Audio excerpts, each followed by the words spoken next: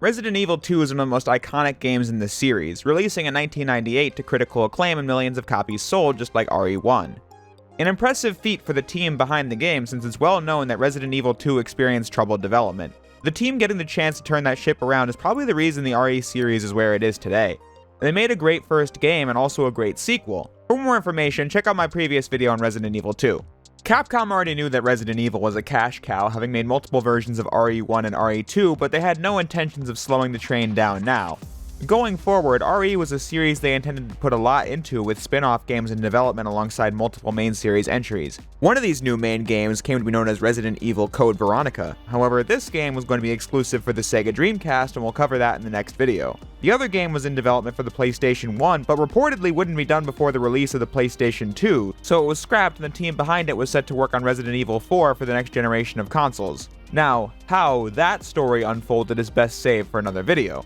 Capcom wanted to round out the RE series on PS1, so they took one of the side games that they were developing where you'd have to play as a new character surviving the nightmare in Raccoon City first seen in Resident Evil 2, and reworked that idea to star Jill Valentine from RE1 as she tries to escape Raccoon City while being pursued by Umbrella's Nemesis monster, and from there, the game known as Resident Evil 3, Nemesis, was born.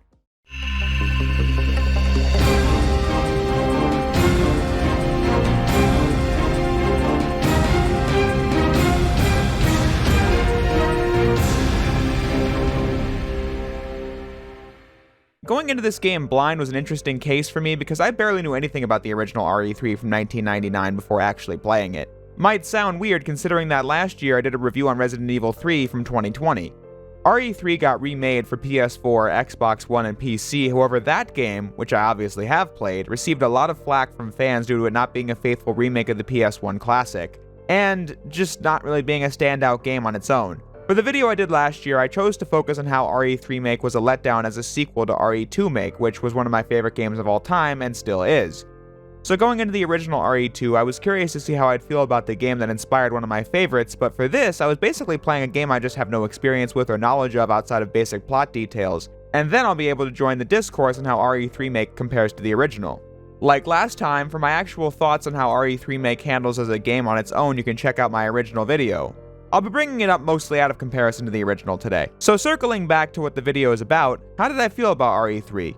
Fans in my comment section seem to really enjoy it and hold it up as one of the best in the series, so I was hoping I'd feel much the same. In addition to that, how do I feel about the 2020 remake after having played the original? Well, let's begin and find out. Going off of its development history, I always categorized RE3 as a glorified side game, like RE 2.5 more than an actual new game. So actually playing it revealed a lot about how wrong I was, because Resident Evil 3 adds quite a lot of improvements to the presentation and to the gameplay. In the former category, the character models have been improved with each game. In RE1 you could sort of make out details in the characters' faces, but on the whole the models look like a blob of pixels. RE2 made improvements in that each character had a more visible face. RE3 is the best the series has seen thus far in that the models looked much cleaner.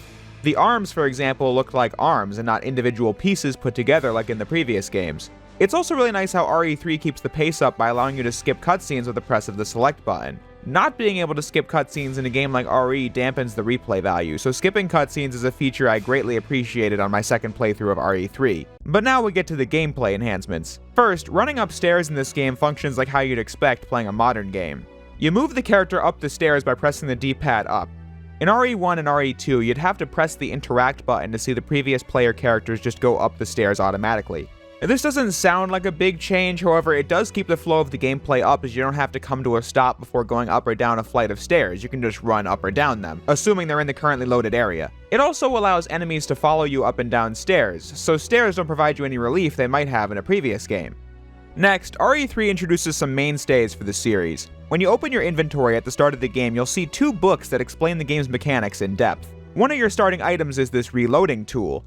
Throughout the game, you'll find various types of gunpowder, and you can then use them with the reloading tool to get more ammo for your weapons. Mixing and matching different gunpowder types produces ammo for your different weapons, although I usually just combine Type A's together to get a crap ton of handgun bullets, and then did the same for the Type B's I found to get a ton of shotgun shells. Later games would remove the reloading tool part of it though, which I think makes sense. It's a middleman you probably need a trip to the item box for anyway. In later entries, such as the remake of Resident Evil 3, it's changed where you just combine the different types of gunpowder and the result is more ammo for your weapons, while still giving you the customization that the original RE3 provided. RE1 and RE2 already had a system where you could mix and match the different herbs to generate different effects in your health bar, so it's only natural to introduce a system like that for your ammunition. When actually controlling your character, RE3 makes a critical improvement. By pressing down and the run button, Jill and newcomer Carlos will do a 180-degree turn, allowing you to quickly move in the opposite direction from where you were facing. This is one of the biggest issues I had with playing as the characters in RE1 and 2, something I even mentioned in the RE1 video. Slowly backing up and manually facing the character in the other direction, or trying to do a really wide turn made me feel like the higher power enemies like the hunters or the lickers just had more mobility than I did. Wasn't a big deal, it was just something that created a learning curve when trying to play RE1 and 2 for the first time. The quick turn being something that still appeared in all the games going forward because it's a great addition to the player's moveset. Especially useful in a game like RE3 because of the fact that the game has a plentiful amount of tight corridors for its level design. So RE3 is without a doubt a full sequel to RE2, not a glorified side game like I was expecting, as it adds crucial mechanics and improvements to the formula that would still be in effect for all the coming games. An important part of the series' evolution from a gameplay perspective. Now, I want to say all the new mechanics and features of RE3 are a hit, but that wouldn't be accurate. RE3 also introduced a thing called the emergency dodge, where if an enemy is about to attack you, pressing the R1 button will cause Jill or Carlos to dodge out of the way. R1 is also the aim button, so when your gun is drawn, you have to press the shoot button to do this. On paper, I like it. A frame-perfect dodge mechanic is right up my alley. However, I feel like the dodge in RE3 is trash. With enemies like the basic zombie, it's not very clear when you're supposed to press the dodge button when it's attacking. That is a simple matter of trial and error, though. If they wanted a frame-perfect mechanic that only advanced players would get to grips with, that's fine. I mean, Devil May Cry is my favorite game series. Obviously, I'm down with the idea. But in RE3, there are numerous examples I recall where I would dodge an attack, but while in the recovery frames from said dodge, the attack I dodged would still be active and then I just get hit by that attack. That should just not be allowed. If a game has a frame-perfect dodge mechanic you have to learn the timing for, you should be rewarded for that by granting like several frames of invincibility. As is, the dodge still allowing me to take damage is my biggest issue with how RE3 plays. It was the leading cause of frustration on my second playthrough of the game. By contrast, the remake really improved this part of it. Jill has a dedicated dodge move in the remake, one you can use to get away from the enemies, even if they aren't near you, which comes in handy when you're low on health and want to quickly get away from the zombie hordes. If you use the right timing with it, then you'll dodge the enemy's attack and time will slow down, allowing you to get hits in with whatever weapons you have equipped. That's a simple change and I'm a big fan of it. It fixes my issue with the old dodging completely. It still takes skill and timing to use, and so you get rewarded for pulling it off. It's especially satisfying as Carlos as you just punch enemies right in the face and send them flying backwards. But I'll say this, I grew to really hate the enemies in relation to the camera in the remake. There were several instances where I'd be fighting with an enemy and then get attacked, or worse, killed by an enemy I couldn't see that was right behind me. Yeah, what an idiot I am for my inability to predict that. Although while we're comparing the original to the remake, best to talk about the level design. Here is where the remake falls considerably short. This is already where it fell short compared to RE2's remake, which has some of the best level design I've experienced in the series thus far. But I'll say again, I was expecting RE3 to be a smaller game than previous ones. The remake feeling really short certainly didn't help with that, but I was very surprised. RE3 is a big game. Maybe the biggest in the series thus far.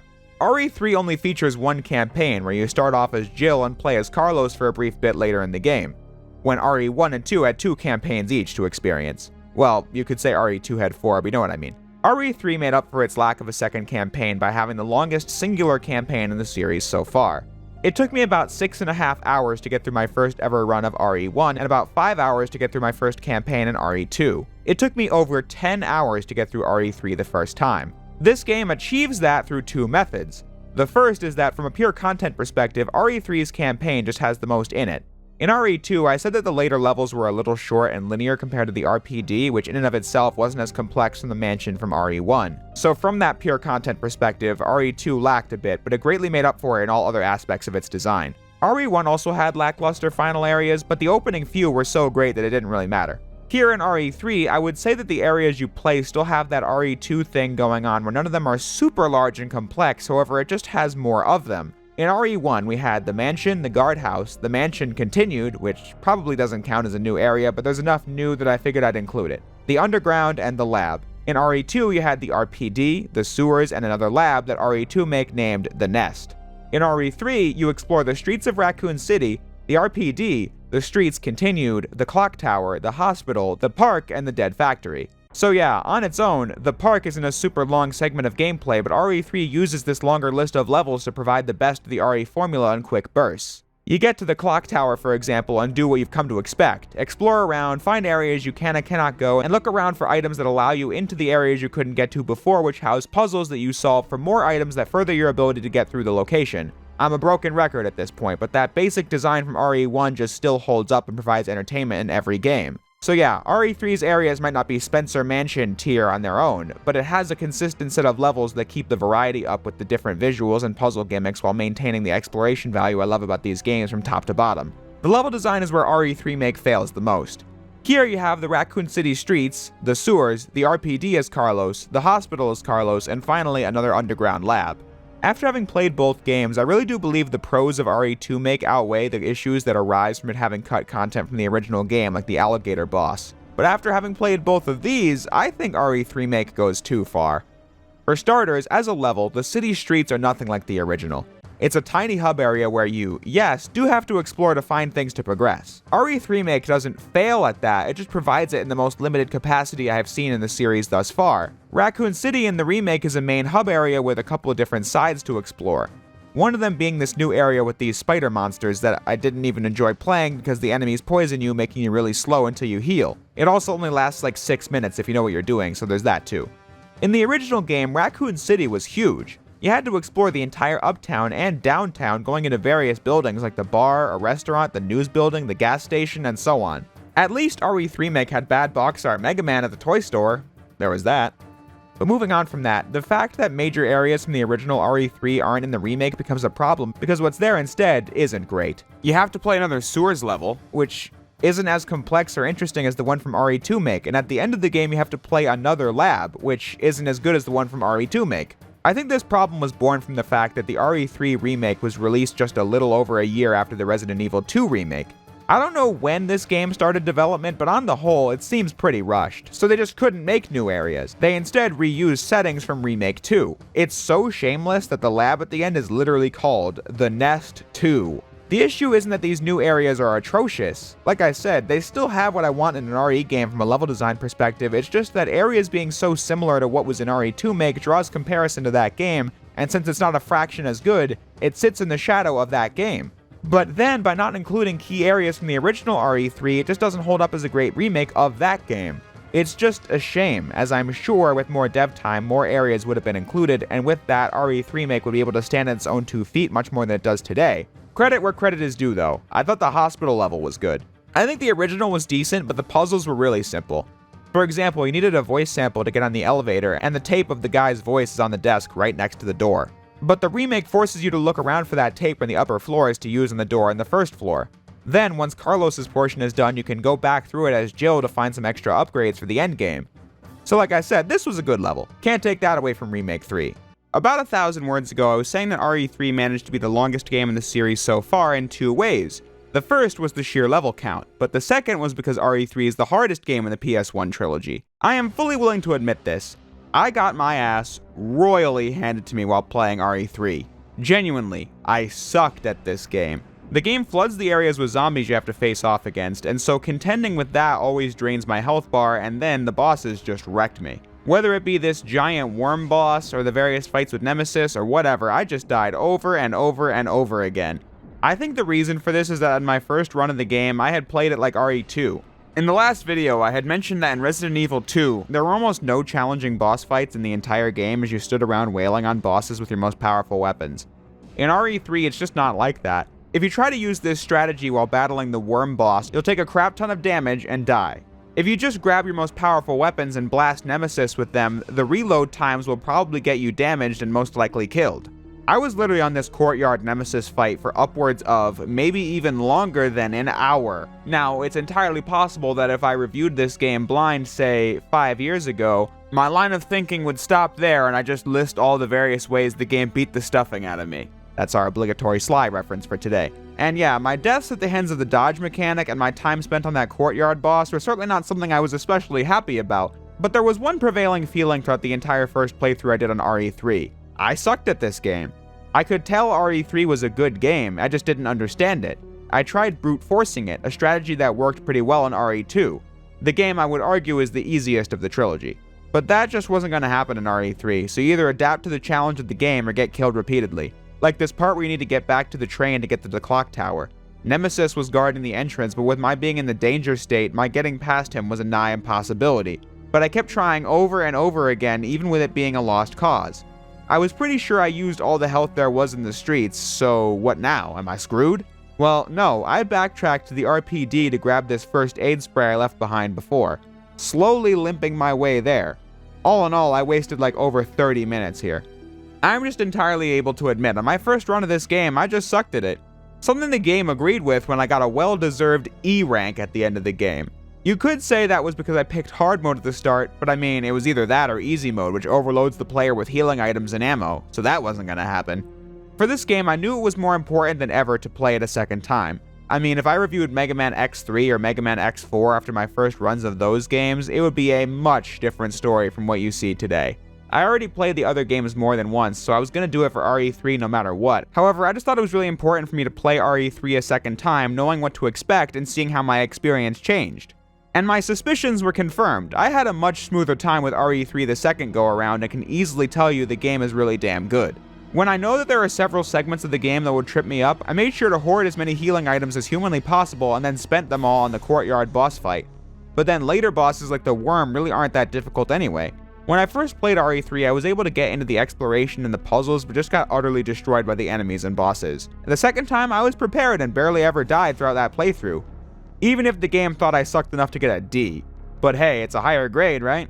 Although, while on the subject of playing the game a second time, this one creates replay value in numerous ways. On my first playthrough, I died in the hospital and had to play it again, but was really thrown off by the fact that the solution to this moving shelf puzzle was different from before. My first thought is, maybe I'm just remembering it wrong. But I was not.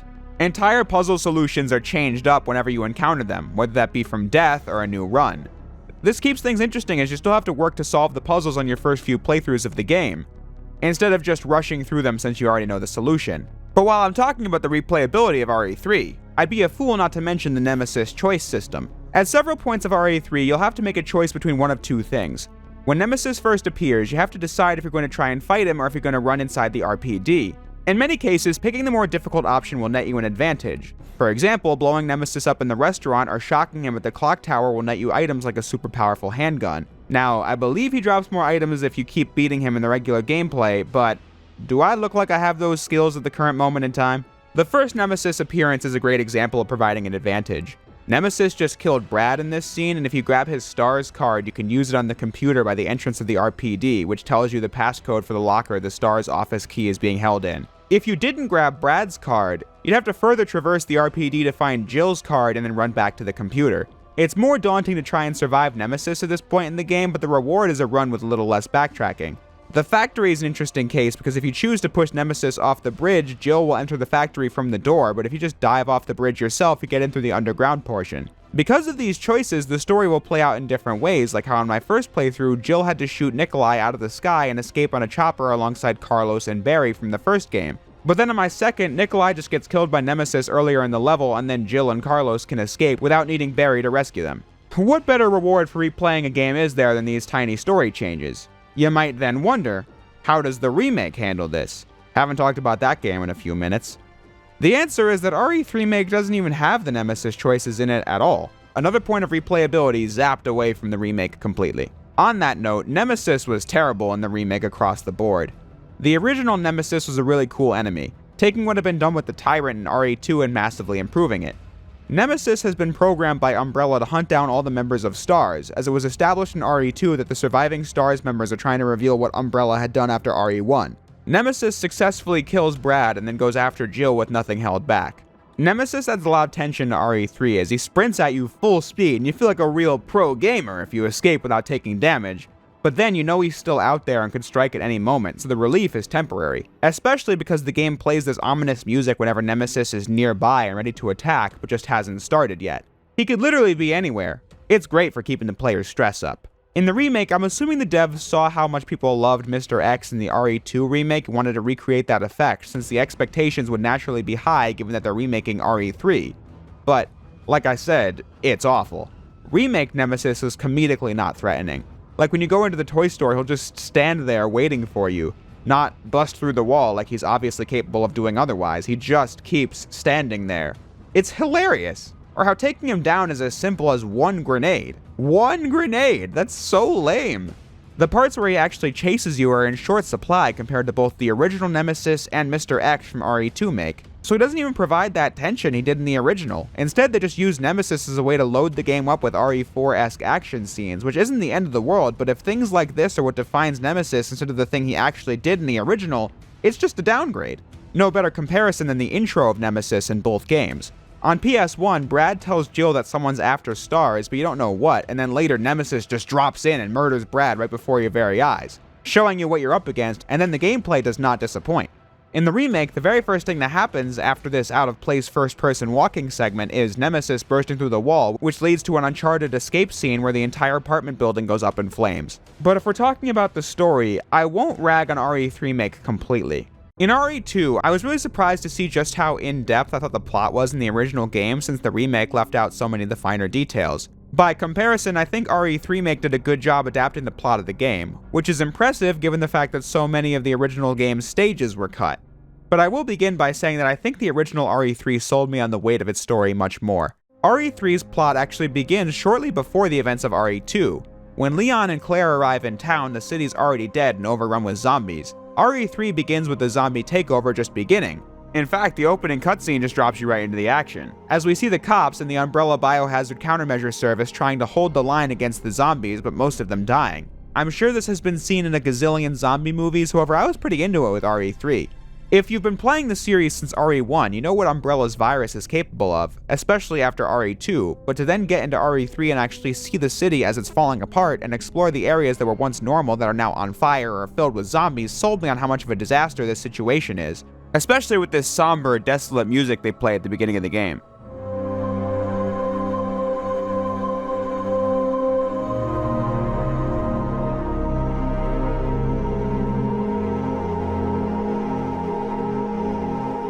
Halfway through the game, there's a time skip to after the events of RE2 have taken place as Raccoon City is on its last legs, completely overrun beyond repair, making you wonder, how is this game gonna end? The answer is that the government fires a nuclear missile that wipes Raccoon City off the face of the earth, actually showing you the city being reduced to atoms, followed by a broadcast saying that the casualties are in the hundreds of thousands.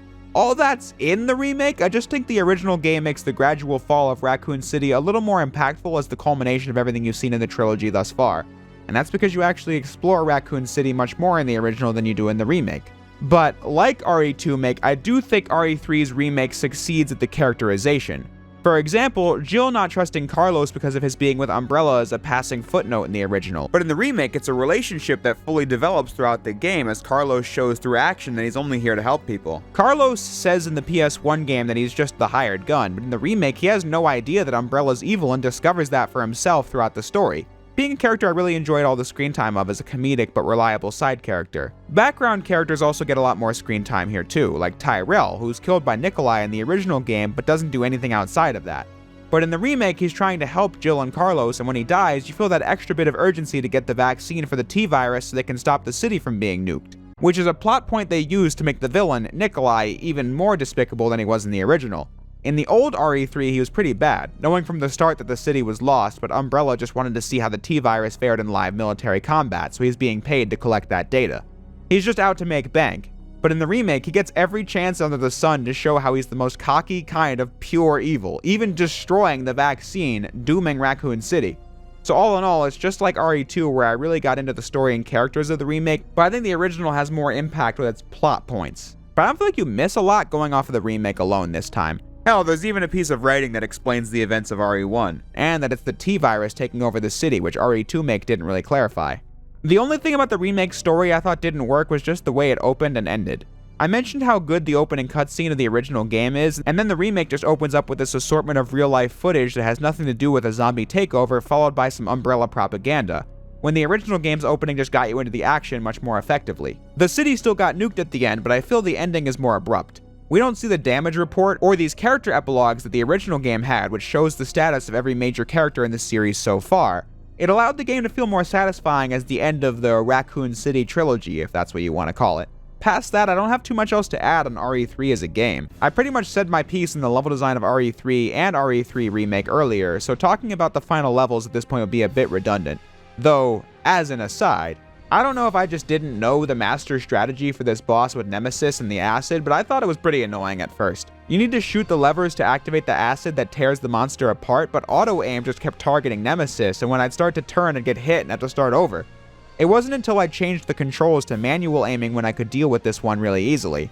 Is that what everyone else does, or is there a strategy I missed? Lastly, the remake had another missed opportunity at the end. The final Nemesis choice gives you the ability to kill the thing once and for all, and after a whole game of him hunting down the STARS members, Jill goes, "You want stars? I'll give you stars."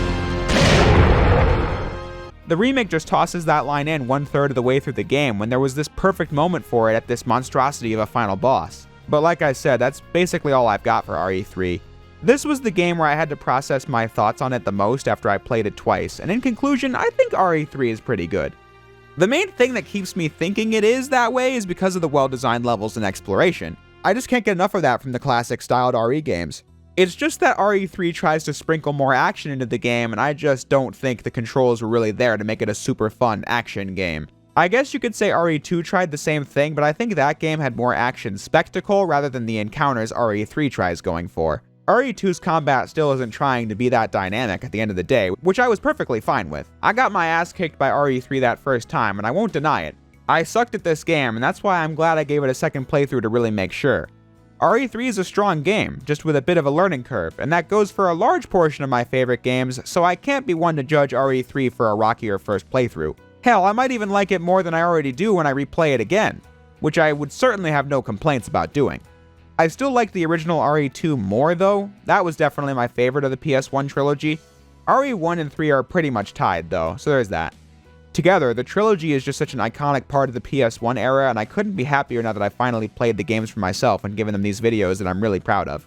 As for the remake, that's a game that comments have continuously told me is really bad, and after having done my third playthrough, I guess I still don't see it.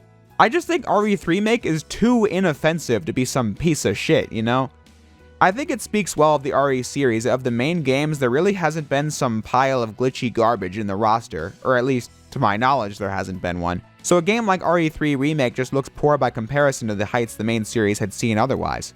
But this is also not a ringing endorsement of RE3 2020 either. The game is ultimately okay. Inoffensive is the word I used before, and I'm gonna stick to it.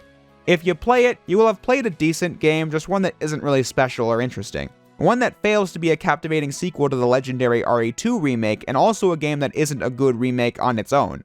It's okay, there are things I like about it mechanically and from a story perspective, but it just averages out to alright. This was my third playthrough, and it's probably my last. Whereas with the original, I'm definitely going to keep playing it after the video is done. But on that note, next time we're covering the Sega Dreamcast title, Resident Evil Code Veronica. I know even less about this one than RE3, besides the fact that people think it's a weak entry in the series. So we shall see where I stand with that in the next video. In the meantime, thank you all for watching, and I'll see you next time.